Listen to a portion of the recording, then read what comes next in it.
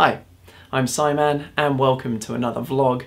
Thanks for joining me, and I'd like to start by thanking you guys for all of the really nice comments that you've left over the past couple of weeks for my previous few videos. It's been really interesting reading them, and I'd just like to say thanks very much to ThomasSue63 for leaving me a comment that mentioned that I can actually play old DOS games on my Mac. Yeah, he tipped me off to a great little piece of software called Boxer. Now, any of you Mac users out there who don't know about this already, definitely check it out if you want to play stuff like XCOM or UFO Enemy Unknown on your Mac like I do. And it's awesome. I've got no hassles at all playing this game. Previously, I had to play it on my PC, which is underneath the television in the front room, and to do that it meant I had to drag the living room table over into the center of the room so it was close enough to use my keyboard and mouse with it, because I don't have a wired keyboard and mouse for that machine. Maybe I should, but I don't know about you guys, but I don't really like Bluetooth technology all that much. I mean, I've got it on the Mac and it seems to work okay, but every time I've had Bluetooth mice and keyboards for the PC, they've been a little bit unresponsive and glitchy. So, yeah, that's why I've got the wired keyboard and mouse. But anyway, it's always been a little bit of a hassle using the PC in the living room for those types of games. But now I don't have to worry, because if I want to play XCOM or UFO Enemy Unknown, I could just use the Mac behind me. So fantastic stuff. So thank you very much for that. I'm over the moon. And that's one of the great things about YouTube, isn't it? That you can just share little tidbits of information with each other, and I might never have known about that piece of software if one of you hadn't have mentioned it. And this kind of brings me on to my next point, is that I'd like to get a little bit of help from you guys again with something else. I want to rack your collective knowledge to find out about something. Now, I'll take you back to where this all started. About a month ago, Kawaii Princess 01 uploaded a video called Trailer Talk 7, and one of the games she showed in that was something called Deadlight. Now, as soon as I saw it, it definitely piqued my interest, because it's a 2.5D side-scrolling game, and I really like those. I mean, I'm a fan of sideways scrolling stuff, as many of you are, on the 16 or 8, 16, 32-bit systems. But these 2.5D games just look gorgeous. And one I did mention was that Trine 2 that I mentioned in my E3 Roundup video, because it's coming out on the Wii U.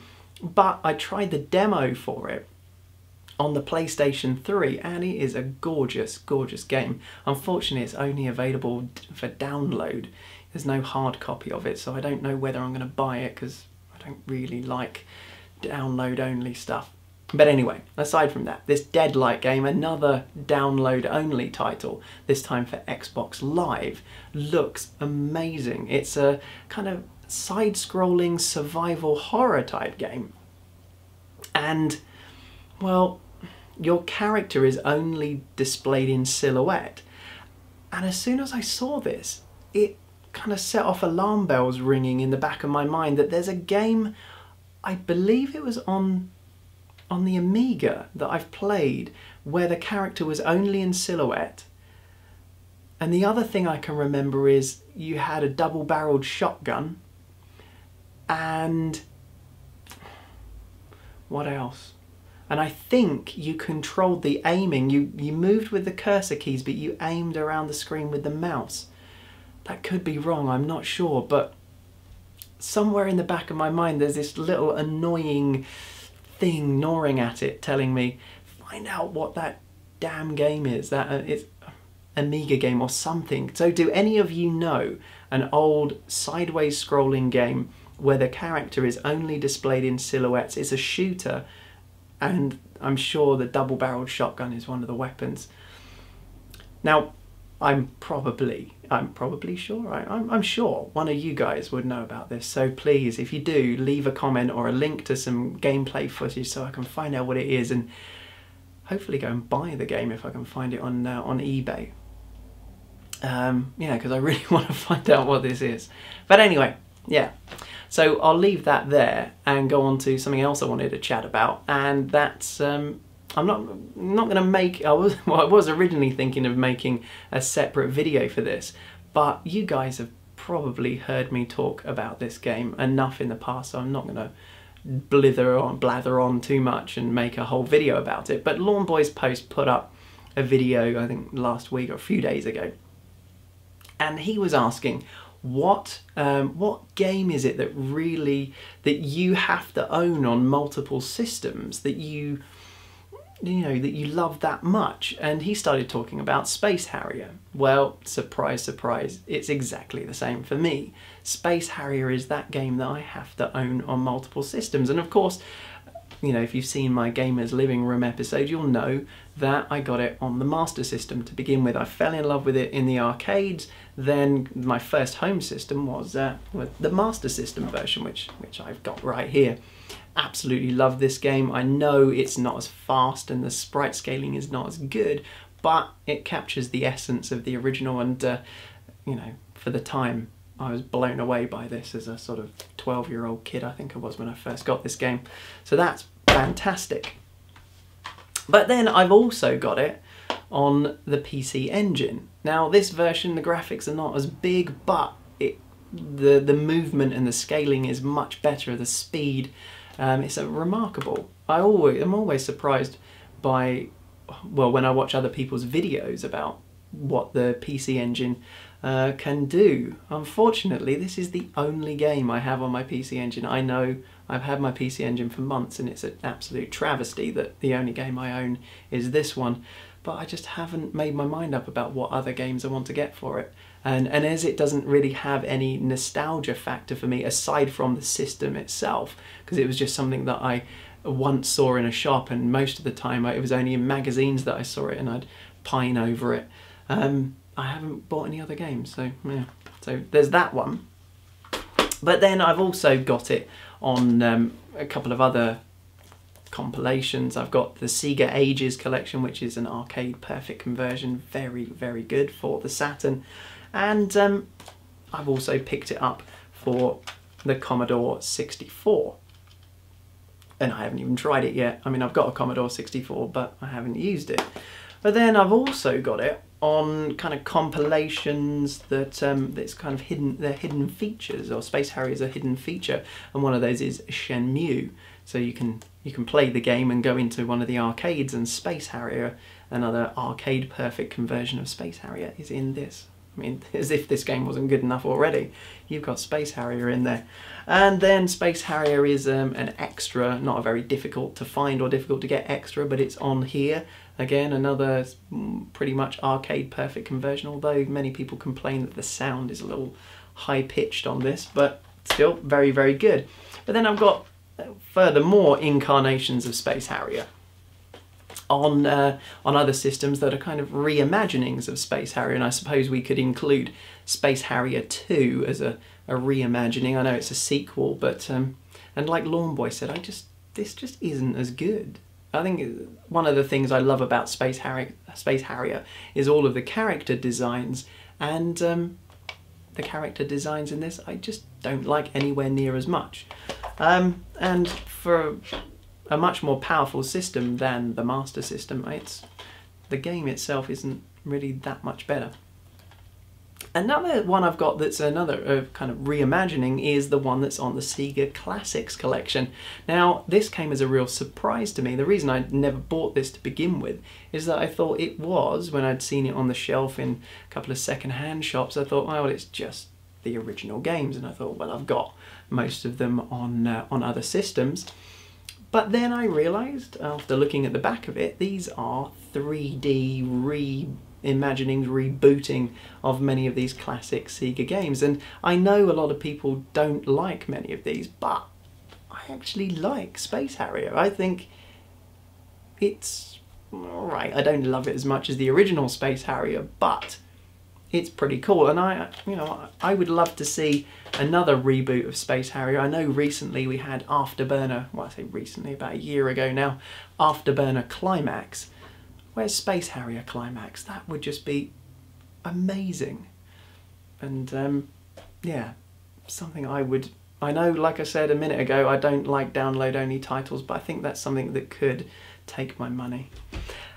But then I've got probably the what might be considered as the stupidest purchases in all of my Space Harrier collection, and those are for systems that I don't actually own, so I can't play the games.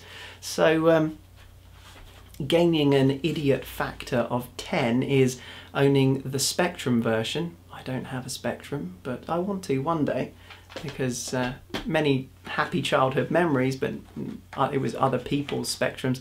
And then I've got both Space Harrier and Space Harrier 3D on the Sega Mark III, which I don't have. I would love to have it. In fact, I would actually like to have a Japanese Master System if I had the choice.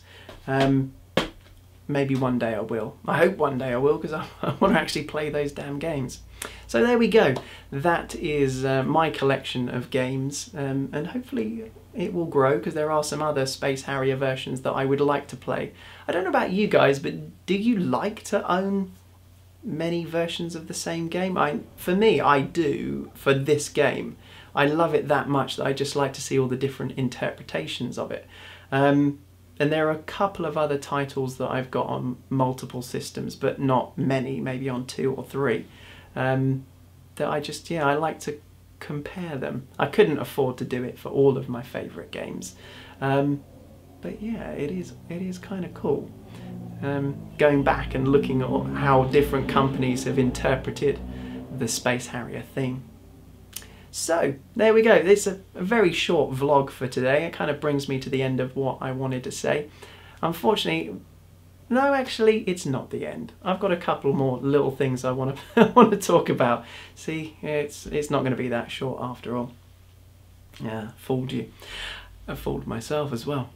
I was just going to mention what I haven't been doing recently, or haven't been doing much of recently, and that's playing games. I still haven't beaten Tomb Raider Underworld, although I am getting closer to the end, and I haven't really picked up much in the way of new video games, but I have got hooked over the last few days of playing a bit of this.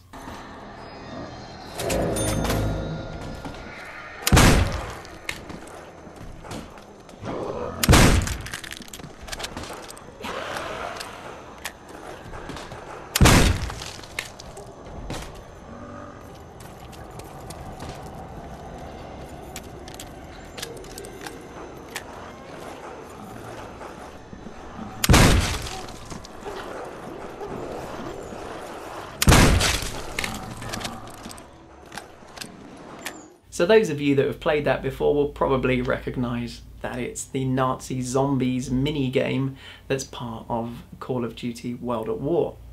And I wouldn't have expected to like that so much, because I have played the Zombies game that's on Treyarch's sequel, Black Ops, but I didn't really get that hooked on it. And I just was testing the World at War disc, because I bought it from a local cash converters type shop for £5.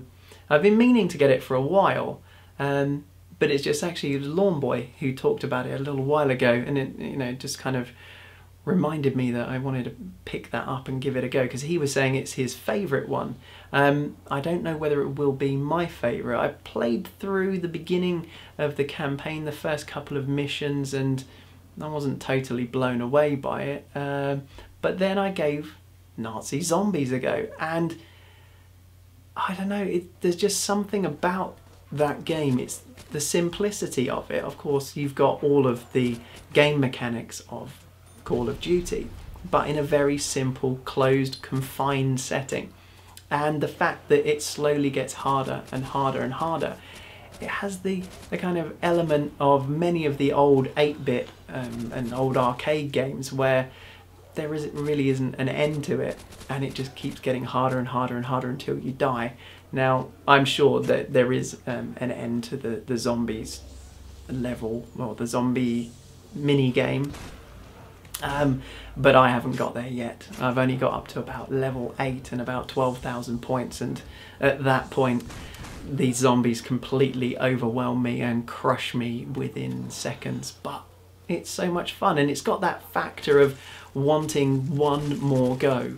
It's like, you know, I can be there at midnight or 1 in the morning and my brain is still saying to me, oh, go on, just one more go. You can beat that score. Just another go. And then I'll play another couple of goes and I'll get a pretty crappy score and I'll think to myself, I don't want to end on a bad game. I'll just play it again until you get a good score, and you know, and then another hour has passed, and so I'm going to have to wean myself away from that and put it back on the shelf because, as I said, Tomb Raider Underworld is as yet unbeaten, and there are a host of other games that need to be played first. So there we go. That's my limited gaming that I've been getting at the moment. So hopefully over the next couple of weeks I'll be playing quite a lot more games. Well, thank you very much for watching thus far. It is now the end of the video. So from my spare room to wherever you are, this is Psiman signing off. Bye bye.